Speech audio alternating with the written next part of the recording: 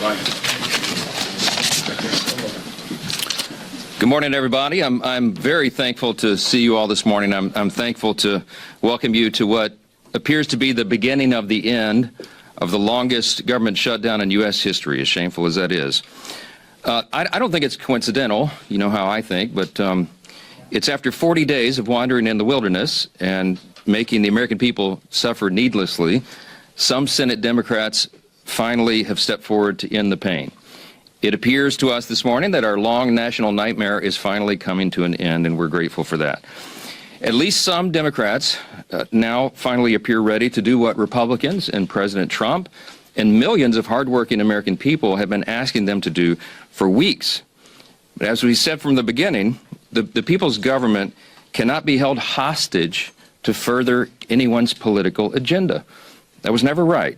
And shutting down the government never produces anything. It never has, if you study history.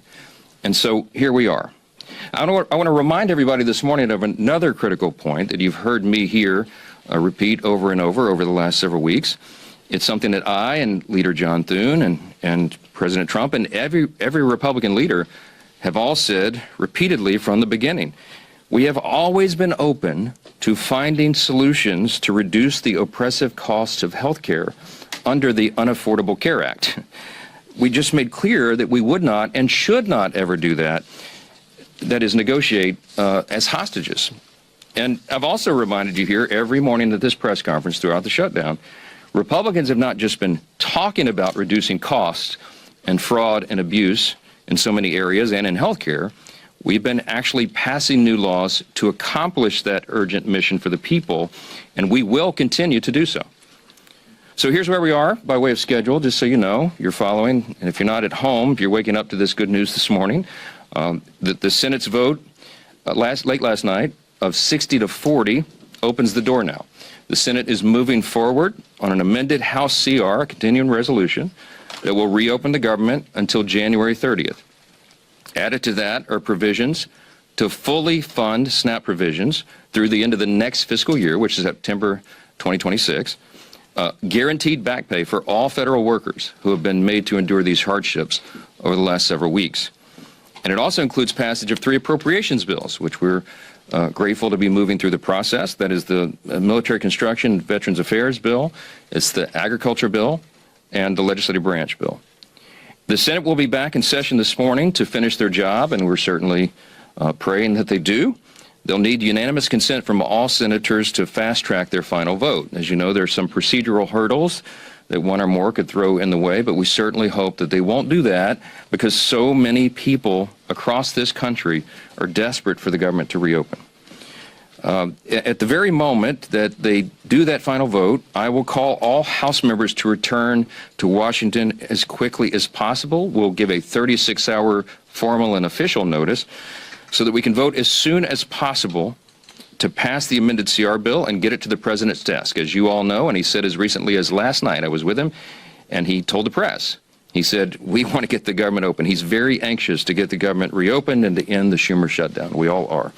With regard to the travel challenges, I spoke yesterday at some length with Transportation Secretary Sean Duffy, my former colleague and good friend, and he lamented the serious situation that we have with air travel in the U.S. He's bent over backwards, as all members of the administration and the cabinet have done in all of their areas of jurisdiction, to try to keep the government working for the people and to mitigate the pain and the harm. But the problem we have with air travel is that our air traffic controllers are overworked and unpaid, and many of them have called in sick. That's a very stressful job, and even more stressful exponentially when they're having trouble providing for their families. And so air travel has been grinding to a halt in many places. And as of Sunday, nearly half of all domestic flights and U.S. flights were either canceled or delayed. And it's a very serious situation. So I'm saying that by way of reminder. I'm stating the obvious to all my colleagues, Republicans and Democrats in the House. You need to begin right now returning to the Hill. We have to do this as quickly as possible. Now, we look forward to the government reopening this week so Congress can get back to our regular legislative session. We have a lot of business to do, as you all know, and we will be working in earnest. There'll be long days and long nights here for the foreseeable future to make up for all this lost time that was imposed upon us.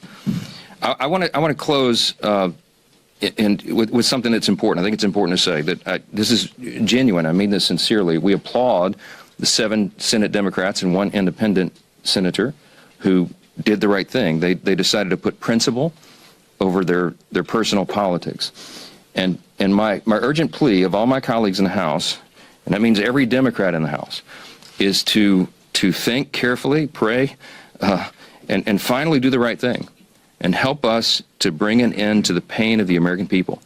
This has gone on too long. Too many people have suffered, and it's long overdue.